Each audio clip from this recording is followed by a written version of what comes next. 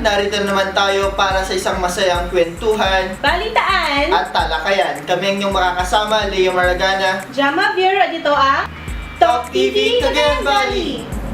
At magandang umaga nga sa ating lahat. Tama ka dyan, Balita ko, partner, meron ka na namang daladalang good news sa araw na to. Oo naman, partner. Alam mo naman ako, lagi akong Oo. equipped ng good news para sa ating mga manonood.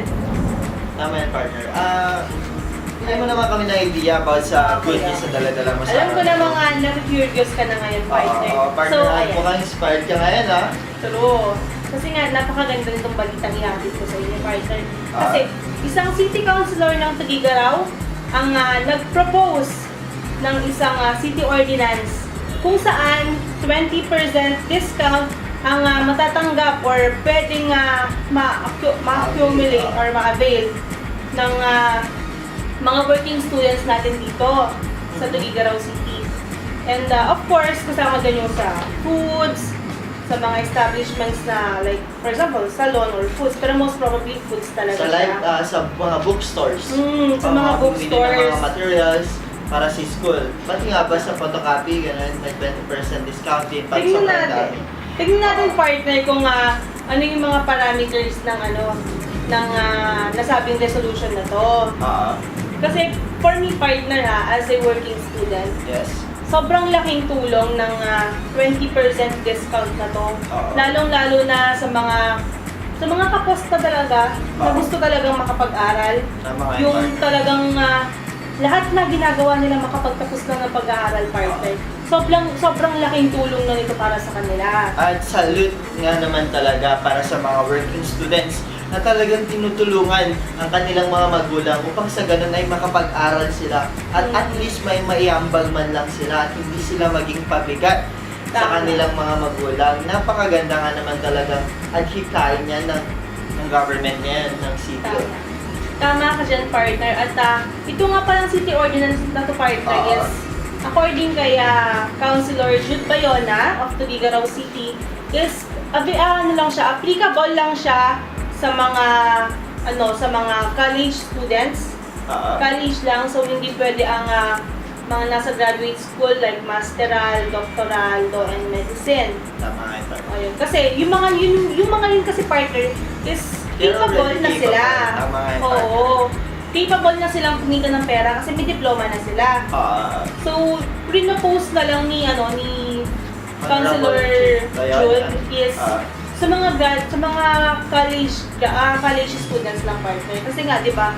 Madalas sila talaga yung naghihirap talaga sa pag-aaral. Lalo na pataas ang mga bilihin.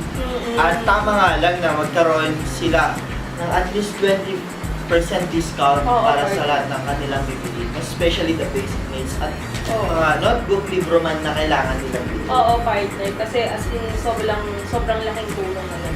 Na-remember ko, partner, yung isang taga-CSU na kasambahay siya.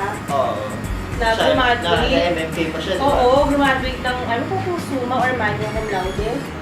Yun. Kaya, hopefully, itong city ordinance na to ay makatulong pa sa mga katulad niya na nangangailangan talaga. At yun nga rin lang, sabi lang natin sa mga ibang estudyante na mas lalo sanang magpursige. Kasi talaga namang sinusuportahan tayo ng government natin upang matapos natin ang mga pangarap na nais natin makamit. Tama ka dyan, partner. At sana, partner, ito pa ang isang sana ko, sana, kung nabigyan na sila ng privilege, ng ganyang privileges, i-grab na nila, mag-aral na sila ng mabuti. At wala na talagang rason, no, para hindi ka makapag-aral.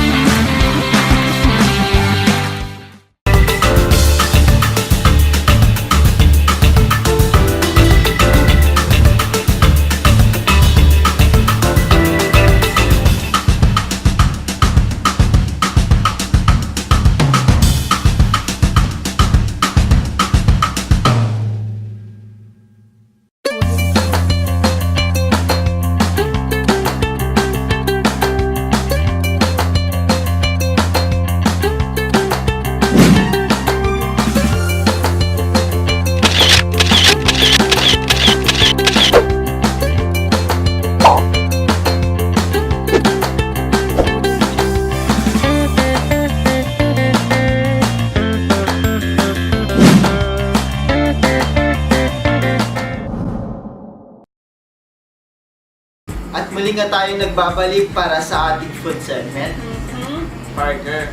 So, partner, may balita ako partner ha. Ang balita ko partner ay ngayon darating na Pasko raw ay malamig ang Pasko mo partner. Totoo ba yun?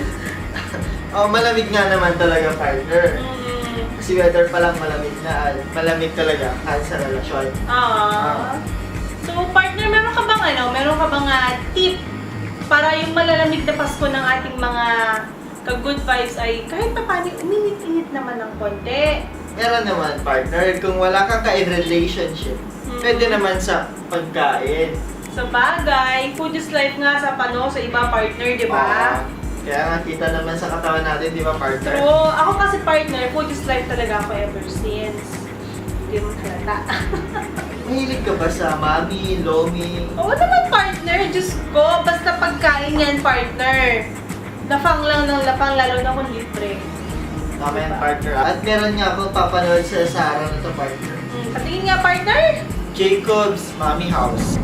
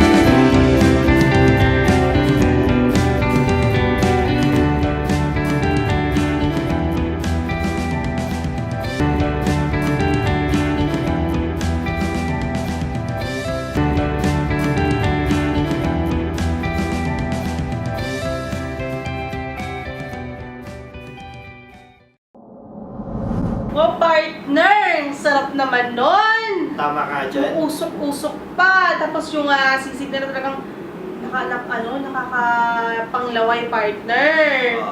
Parang gusto ko tikman partner kapag may time tayo partner. Total, pareho namang malamig yung Pasko natin partner. O di ba, kumain na lang tayo. Ayain natin yung iba dito partner, di ba? Tama yan partner. Ano pang hinihintay natin? Tara na, bisita tayo sa Jacob's Mommy House. Saan ba located yan, partner? Yun nga partner. Ito ay located sa may Diversion Road near BPI Junction.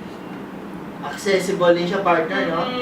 Sobrang side lang siya ng highway, partner. Sobrang visible niya sa mga maghahanap sa mga gustong kumain, partner, na hahanapin nyo, hindi na kayo kailangan pumunta pang pasikot-sikot, ganun.